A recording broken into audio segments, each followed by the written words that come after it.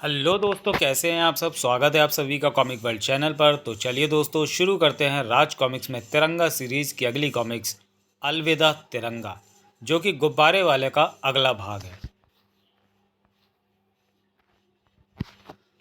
जिंदगी कब किसे मौत दे जाए कोई नहीं जानता। कोई जिंदगी मौत की अमानत है और मौत इस अमानत को वापस लेने के लिए किसी न किसी को अपना बहाना बनाती है। तेरी जिंदगी को तुझसे छीनने के लिए मौत ने आज मेरे प्यारे प्यारे गुब्बारों को अपना बहाना बनाया है। अब तेरा बचना नामुमकिन है, इसलिए अलविदा तिरंगा। और अब वह मौत तुझसे ज़्यादा दूर नहीं तिरंगा, क्योंकि मेरे गुब्बारे तुझे लेकर जल्दी पहुंचने वाले हैं वहाँ जहाँ तेरे शरीर से बंधे गुब्बारे फटाक फटाक करके फूटने लगेंगे। फटाक फटाक। और ऐसा ही, और जैसे ही ऐसा होगा वैसे ही तेरा जिस्म गैस निकले गुब्बारे की तरह नीचे गिरने लगेगा, उस कठोर ज़मीन की तरफ जहाँ मौत बहुत ही बेसब्री से तेरा इंतज़ार कर रही है। सचमुच तिरंगे, लबादे में लिपटा हुआ शरीर तेजी से कठोर ज़मीन की तरफ बढ़ रहा था। तिरंगा इस स्थिति में कैसे पहुंचा, ये सब जानने के लिए पड़े गुब्बारे वाला और उसके मालिक को उसका ज़रा भी आभास नहीं था। आभास होता भी तो कैसे, बेहोशी की लंबी नींद से सोया हुआ था वह। उसकी बेहोशी की वह नींद मौत की नींद में बदल गई। धाक! कठोर जमीन पर गिरते ही उसकी आत्मा ऊपर पहुंच गई। इसी के साथ गुब्बारे वाले के हलक से निकल पड़ा वह ठाका। हा हा हा हा। खत्म, तिरंगा खत्म। अब मुझे इस महत्वपूर्ण पुर्जे को लेकर पहुंचना है अपने अड्डे पर। वाह, तिरंगा को मौत देकर और इस पुर्जे को लाकर आज सचमुच तूने दिखा दिया कि तू जो ठान ले उसे हर हाल में करके दिखाता है, फिर काम चाहे कितना भी मुश्किल क्यों ना हो। कितना महत्वपूर्ण पुर्जा हमारे आदमियों की बेवकूफ़ी से रूप किशोर नाम के प्रोफेसर के हाथ लग गया था। अच्छा हुआ हमने इसे जल्दी हासिल कर लिया। इसके बिना हिंदुस्तान को तबाह करने का हमारा सारा प्लान चौपट हो जाता। अब इस काम को अंजाम देने में किस बात की देरी है। सीमा पार से हमारे लिए ज़रूरी पुर्जों की आखिरी खेप आने वाली है। कल रात वह खेप हमारे पास पहुंच जाए, फिर हम कुछ ही घंटों में उस काम को अंजाम दे सकते हैं। ओह, इसका मतलब मुझे एक बार फिर सरहद के उस तरफ जाना होगा और अपने प्यारे प्यारे गुब्बारों को कष्ट देना होगा। चलो, ऐसा है तो ऐसा ही सही। अपने देश की सीमा जिस पर तैनात एक एक सिपाही पूरी तरह सतर्क और तैयार है, सिर्फ ज़मीन पर ही नहीं, आसमान पर भी दुश्मन की हर गतिविधि पर नज़र रखे हुए। लेकिन गतिविधि करने वाला अगर गुब्बारे वाला जैसा शख्स हो तो किसी का मात खाना बड़ी बात नहीं है। जब भी मुझे सीमा पर जाना होता है, मैं सीमा के निकट के गांव के बच्चों में खूब गुब्बारे बांटकर उन्हें गुब्बारे उड़ाने के लिए कहता हूँ। बच्चे खुशी खुशी गुब्बारे उड़ाते हैं जो हवा के रुख के साथ सीमा के पार जाने लगते हैं। इस तरह उड़ने वाले गुब्बारों को फोर्स वाले साधारण गुब्बारे समझकर नज़रअंदाज कर देते हैं। किसी को सपने में भी गुमान नहीं होता कि उन साधारण गुब्बारों में एक गुब्बारा स्पेशल भी होता है जिसमें मैं बैठा हूँ। सीमा पार करके मैं अपने गुब्बारे को अपनी मर्जी से ठीक उस जगह उतारता हूँ जहाँ लोग बड़ी बेसब्री से मेरा इंतज़ार कर रहे होते हैं।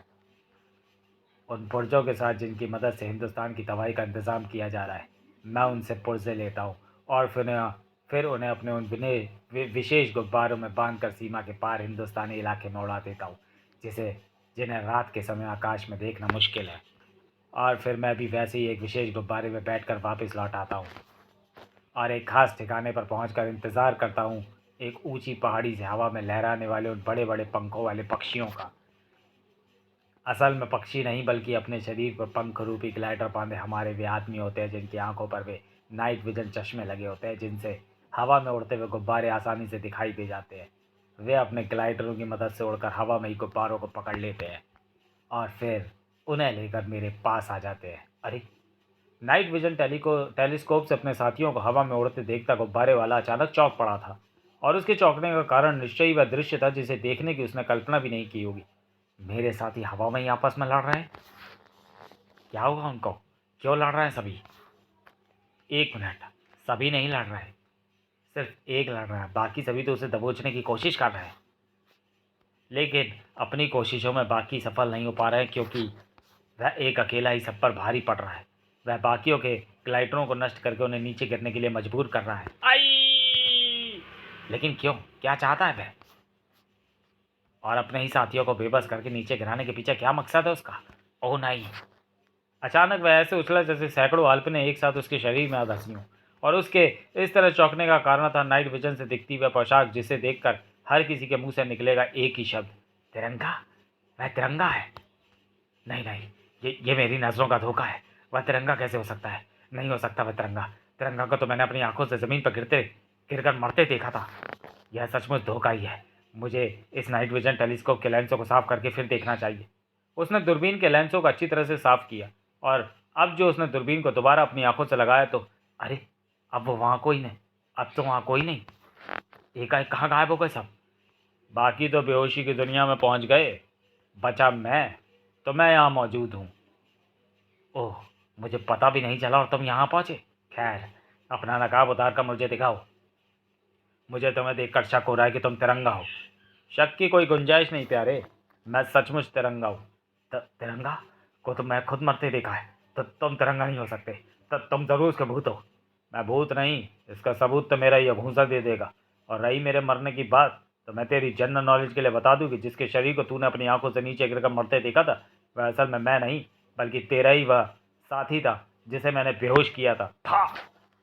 बैंक ऑफ बड़ौदा के लॉकर रूम में जब तेरे बेहोश करने वाले गाढ़े धुएं से भरे गुब्बारे फटे, तो मैं तुरंत ही समझ गया कि तू यहाँ पहुंचा है। इसलिए मैं तुरंत ही अपनी सांस रोककर नीचे गिर गया। फिर जब तू वहाँ पुर्जे को ढूंढने में लग गया, तो मैंने बिना कोई क्षण गंवाए अपना लिबास तेरे एक साथी को पहनाया और उसका नकाब खुद पहनकर पड़ गया। यहाँ पुर्जे के साथ रखी प्रोफेसर रूप किशोर की छोटी डायरी पढ़कर मैं तो ये तो जान गया था कि जिस समय वे एक प्रयोग के सिलसिले में यहाँ आए थे, तब उन्हें आसमान से गुब्बारे में बंधा हुआ पुर्जा यहाँ मिला। उनके अनुसार वह पुर्जा किसी ऐसी मशीनरी का था जिससे भारत में एक बड़ा विध्वंस मचाया जा सकता है। इससे ज़्यादा उनकी समझ में कुछ नहीं आया था, लेकिन मैं इस रहस्य की तह तक पहुँचना चाहता था और उसका सबसे अच्छा रास्ता था तेरे आदमी का रूप धरकर यहाँ तक पहुँचा जाए। और अब जब मैं यहाँ तक पहुँच चुका हूँ, तो भारत में विध्वंस मचाने वाली योजना का भी अंत करूँगा और तुम जैसे देश के गद्दारों को जेल भी पहुँचाऊँगा। बता, ये सब क्या रहस्य है? बता। थाक। बताता हूँ, मुझे मत मारो। अच्छा हुआ जो तू जल्दी लाइन पर आ गया। फचाक। अब अपनी जुबान को उफ। जुबान खुलवाने के लिए तूने मेरा मुंह खुलवा कर अच्छा नहीं किया तिरंगा, क्योंकि मैं जब भी मुंह खोलता हूँ तो मेरे मुंह में रखा ग्लिसरीन से भरा छोटा सा गुब्बारा निकल पड़ता है, जो मेरे दुश्मन को आंखें बंद करके रोने के लिए मजबूर कर देता है। और जैसे ही मेरे दुश्मन की निगाह मुझसे चूकती है, था मैं अपना वार करके अपने दुश्मन को दूर फेंक कर उसे चीखने के लिए मजबूर कर देता हूँ और फिर उसे रख लेता हूँ अपने यो गुब्बारे पर। था था उफ। मुझे इस यो गुब्बारे की भीषण मार से बचना है, तो सबसे पहले मुझे अपनी आंखें खोलनी होंगी। हालांकि ऐसा करने से आंखों में जलन तो होगी, लेकिन वह जलन उस तकलीफ से कम होगी जो इस यो गुब्बारे के लगने से हो रही है। तिरंगा ने आंखें खोलकर उस यो गुब्बारे को थाम तो लिया, लेकिन उसे क्या मालूम था कि ऐसा करके उसकी पीड़ा और भी ज़्यादा बढ़ जानी थी, क्योंकि भाग उफ। जैसे ही कोई मेरा यो गुब्बारा पकड़ता है, मैं उसकी रबड़ को यूं खींच कर छोड़ता हूँ, जो मेरे दुश्मन पर चोट भी करती है, साथ ही गुब्बारे को भी फोड़ देती है। और जैसे ही ये यो गुब्बारा फूटता है, वैसे ही उसमें भरा फेविक्विक जैसा चिपकने वाला पदार्थ मेरे दुश्मन के शरीर को चुटकी में चिपका देता है। उफ, मेरा शरीर कई जगह से चिपक गया और ये गम भी इतनी मजबूत है कि जितना मैं उससे छूटने की कोशिश कर रहा हूँ, उतना ही चिपकता जा रहा हूँ।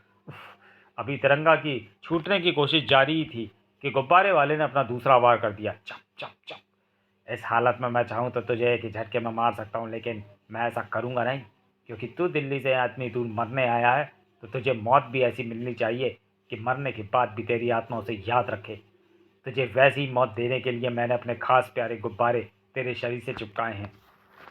ये गुब्बारे हर एक सेकंड बाद अपनी हवा के प्रेशर को रिलीज़ कर देते हैं। फिर इनके साथ जो भी चीज़ चिपकी होती है, वह रॉकेट की गति से आगे भागती है। तेरे साथ भी ऐसा ही होगा। और चूंकि तेरे शरीर से चिपके सभी गुब्बारों के मुंह अलग अलग दिशा में है, तो जब एक के बाद एक करके इनका प्रेशर निकलना शुरू होगा, तो तेरा शरीर ठीक वैसे ही दाएं बाएं भागेगा जैसे अनंत रॉकेट भागता है। और इस ऊंची ऊंची पहाड़ी वाले क्षेत्र में तेरे अनंत शरीर का इस तरह भागने का क्या मतलब हो सकता है, ये तो तू खुद ही समझ सकता है। पहाड़ियों से टकरा टकरा कर दम तोड़ देगा तेरा शरीर। इसलिए इतने समय में मैं तुझे बता दूं कि इन पुर्जों का क्या रहस्य है। ये पुर्जे एक विनाशकारी एटम बम बनाने के हिस्से हैं, जिन्हें टुकड़ों में बांट कर इसलिए यहाँ लाया जा रहा था ताकि किसी को भनक भी ना लगे कि क्या होने जा रहा है। आज बम के सारे टुकड़े यहाँ पहुँच चुके हैं। बस आज के पुर्जों को उसमें और जोड़ने की देर है, फिर भारत में ऐसा धमाका होगा कि चारों तरफ तबाही तबाही नजर आएगी और हम तुम्हारे दुश्मन देश के साथियों के साथ आज़ाद पक्षी की तरह हमेशा के लिए भारत छोड़कर उड़ जाएंगे। एक गुब्बारे से प्रेशर निकलना शुरू हो गया। तिरंगा, एक बार फिर कबूल कर मेरी, लेकिन अफसोस तू भारत की तबाही के उस मंजर को अपनी आंखों से नहीं देख पाएगा, क्योंकि तब तक तेरी आंखें हमेशा के लिए बंद हो चुकी होंगी। अलविदा। उफ, बहुत ही घिनौनी साजिश है उनकी, लेकिन फिलहाल मैं उसे रोकने के लिए कुछ नहीं कर सकता, क्योंकि इस समय तो मेरी जान मुश्किल में फंसी हुई है। आओ भाग। इस टकराव के साथ ही तिरंगा का पहाड़ी चट्टानों से टकराने का ऐसा सिलसिला शुरू हो गया था, भाग, जिसे रोकना उसके वश में नहीं था। आह, हर टकराव के साथ मुझे ऐसा लग रहा है जैसे मेरा शरीर तरबूज की तरह फट जाएगा। वैसे किसी न किसी टकराव में ऐसा होना तो है ही, क्योंकि शरीर के कोन से चिपका होने के कारण मैं इन गुब्बारों को फोड़ने के लिए कुछ नहीं कर पा रहा हूँ। ये गुब्बारे मेरी जान लेकर ही रहेंगे। आस का दामन धीरे धीरे तिरंगा के हाथ से छूटता जा रहा था, और इसी के साथ हिंदुस्तान के तबाह होने का आतंक उसके मस्तिष्क को जकड़ता जा रहा था। गुब्बारे वाले ने विदेशियों के साथ मिलकर भारत को तबाह करने की तैयारी शुरू कर दी होगी। तो क्या दुनिया के नक्शे से भारत का नामो निशान मिट जाएगा? नहीं नहीं, ऐसा नहीं होगा। मैं ऐसा नहीं होने दूंगा। भारत को बचाने के लिए मुझे अपने आप को मौत से बचाना होगा, लेकिन कैसे? कैसे? देश के लिए खुद को बचाने की तिरंगा में जो लगन जागी थी, उसने उसे बचने का वह रास्ता दिखा दिया। वह अत्यंत सकरा पहाड़ी दर्रा मुझे उस मुसीबत से बचा सकता है, लेकिन उसके लिए मुझे अपने शरीर को दिशा देकर उसे उस तरफ ले जाना होगा। और ये काम मुझे 2 सेकंड से पहले करना होगा, क्योंकि ठीक 2 सेकंड के बाद इस गुब्बारे का प्रेशर खत्म हो जाएगा और दूसरे गुब्बारे से निकलने वाला प्रेशर मुझे इससे विपरीत दिशा में उड़ाकर ले जाएगा। रास्ता देखा तो बचने की कोशिश भी हुई, बचने की कोशिश हुई तो सफलता भी मिली, और सफलता मिली तो काम भी फतेह हुआ। इस अत्यंत सकरे पहाड़ी दर्रे में सिर्फ मेरे जिस्म के निकलने भर की जगह है, इसलिए मेरे शरीर के दोनों तरफ बंधे गुब्बारे दर्रे की दोनों तरफ की दीवारों से रगड़ खा रहे हैं और घर्षण से गर्म होकर या तो फूट रहे हैं या फिर मेरे शरीर से अलग होकर गिर रहे हैं। मुझे उम्मीद है कि जब मैं इस दर्रे से बाहर निकलूंगा तो यह मुसीबत मेरे शरीर से अलग हो चुकी होगी। सचमुच उस मुसीबत से छुटकारा पा चुका था तिरंगा, जबकि यहाँ हा हा हा, पूरा हो गया। हिंदुस्तान को तबाह करने का काम पूरा हो गया। आप देखना प्रोफेसर रूप किशोर, अब गूंजेगा हिंदुस्तान की ज़मीन पर ऐसा धमाका जिसमें करोड़ों हिंदुस्तानियों की चीखें हमेशा के लिए दब कर रह जाएंगी। हा हा हा। ऐसा होने से पहले ही तुम अपनी जान बचाने के लिए चीखोगे, गद्दारों। शुक्र है प्रोफेसर रूप किशोर भी यहाँ मौजूद है। तिरंगा, तू तू मौत से एक बार फिर बच गया, और साथ ही यहाँ भी पहुँचा। मौत को भी मंजूर नहीं है कि हम जैसे हिंदुस्तानी मारे जाएं। और रही यहाँ पहुँचने की बात, तो यहाँ का पता तो तू मुझे खुद देकर आया था, यह कहकर कि तुम आकाश में उड़ने वाले आज़ाद पक्षी हो। तेरा अड्डा आकाश में ही हो सकता था, किसी ऐसे गुब्बारे के रूप में जो साधारण आंखों से नहीं दिखता। और मेरा ख्याल तब सच साबित हुआ जब मैंने इस विशेष चश्मे को आंखों पर लगाया, जिससे तेरे साथी उन गुब्बारों को देखते थे जिनमें पुर्जों को रखकर लाया जाता था। इस चश्मे की सहायता से मैंने आकाश में उड़ते हुए इस गिद्ध के आकार के बड़े हुए गुब्बारे को देखा, और फिर उन प्रेशर गुब्बारों की मदद से उड़कर यहाँ तक आ पहुँचा, जो मेरे शरीर से अलग होकर दर्रे में गिर गए थे। तू बेवकूफ़ है तिरंगा, जो मौत से बचकर मौत के मुंह में चला आया। यहाँ से बचकर तू किसी भी हाल में नहीं जा सकता। मैं खुद भी बचूंगा और देश को तुम्हारे खतरनाक इरादों से भी बचाऊंगा। ये इनका अड्डा है और यहाँ लड़ने वाले भी बहुत हैं। ज़्यादा देर इनसे लड़ते रहना बेवकूफ़ी होगी, इसलिए मुझे ऐसा कुछ करना होगा जिनका असर इन पर एक साथ और ज़्यादा से ज़्यादा हो। और इसके लिए ये हीलियम गैस के सिलेंडर एकदम ठीक रहेंगे, जिससे गुब्बारों में गैस भरी आती है। यह गैस इनको कुछ देर के लिए बेबस ज़रूर कर देगी, और जैसे ही ऐसा होगा वैसे ही मुझे मौका मिल जाएगा कि मैं गुब्बारे वाले और उसके साथियों को अपनी नाइलो स्टील रोप में कैद कर सकूँ। ओह, बस 15 मिनट यूं ही पड़े रहो। इतना ही टाइम लगेगा वायुसेना के हथियारबंद हेलीकॉप्टरों को यहाँ पहुँचने में। मैं उन्हें यहाँ पहुँचने की सूचना देकर आया हूँ। जल्दी ही तुम और तुम्हारे घिनौने मंसूबे जेल की सलाखों के पीछे दम तोड़ते नजर आएंगे। ऐसा नहीं होगा तिरंगा। हिंदुस्तान को तबाह करने में मेरे मंसूबे ज़रूर सफल होंगे, क्योंकि मैंने वह स्विच ऑन कर दिया है जिसके ऑन होने के ठीक 10 मिनट बाद एटम बम में विस्फोट हो जाएगा। पिक पिक पिक। ये तुमने क्या किया बेवकूफ़? उसे ऑफ करो, वरना उस बम के धमाके से तुम सब भी मारे जाओगे। हा हा हा हा हा। अब उस एटम बम को फटने से रोकने का कोई रास्ता नहीं है, क्योंकि उसे ऑफ करने का कोई स्विच बना ही नहीं। और रही हमारे मरने की बात, तो अगर हिंदुस्तान को तबाह करने में मेरी जान भी चली जाए तो भी मुझे पीछे नहीं हटना आ था। मैं ऐसा हरगिज़ नहीं होने दूंगा। तिरंगा तेजी से बम की तरफ पलटा। Pick pick. 7 मिनट बचे। ठीक 7 मिनट बाद यह बम फट जाएगा और इसका भीषण रेडियो विकिरण लाखों आदमियों को मौत का निवाला बना देगा। मुझे इस विनाश को रोकना होगा, लेकिन कैसे? कैसे? उस मुश्किल बात, उस मुसीबत के क्षण में तिरंगा को दिखाई दिया एक रास्ता। जिस समय मैं ऊपर आया था उस समय मैंने नीचे कोयले के उन खानों को देखा था जिनमें अब काम बंद हो चुका है। निश्चय ये बम उनमें से ही किसी एक खान में फटना चाहिए, लेकिन इस तरह की उसकी रेडियो धर्मिता का एक कण भी खान से बाहर ना आ सके। और ऐसा करने के लिए मुझे भी इस बम के साथ खान में जाना होगा। इसमें मेरी जान जा सकती है, लेकिन मेरी जान की कीमत पर अगर मेरे लाखों देशवासियों की जान बच सकती है तो मेरे लिए ये फ़ख्र की बात होगी। तिरंगा ने अपनी जान की परवाह किए बगैर छलांग लगा दी। कुछ पलों बाद ही वह एटम बम को लेकर कोयले की एक गहरी खान में भागता चला जा रहा था। इस खान को पहले सीधा खोदा गया है और फिर गहराई में। यह खान इस बम को दफन करने के लिए एकदम उपयुक्त है। तिरंगा ने फुर्ती से बम को खान की गहराई की तरफ उछाल दिया, लेकिन अभी उसका काम खत्म नहीं हुआ था। बम फटने में अभी 2 मिनट बाकी हैं। इन 2 मिनटों में मैंने खान को सपोर्ट देने वाले इन पलरों को गिराना है ताकि सारी पहाड़ी सुरंग में भरभरा कर गिर पड़े। लेकिन क्या मैं ऐसा कर पाऊंगा? काम मुश्किल ज़रूर था, लेकिन तिरंगा के इरादे पक्के थे, और जब इरादे पक्के हों तो मुश्किल से मुश्किल काम भी आसान हो जाते हैं। सारी खान गिरने लगी है, अब मेरा यहाँ ठहरना बेकार है। लेकिन क्या मैं समय रहते बाहर निकल पाऊंगा? ये एक ऐसा सवाल था, किस्मत जिसका मुख्य आधार थी। और लिखने वाला औरों के लिए अपनी जान की परवाह न करने वालों की किस्मत में मौत इतनी आसानी से नहीं लिखता।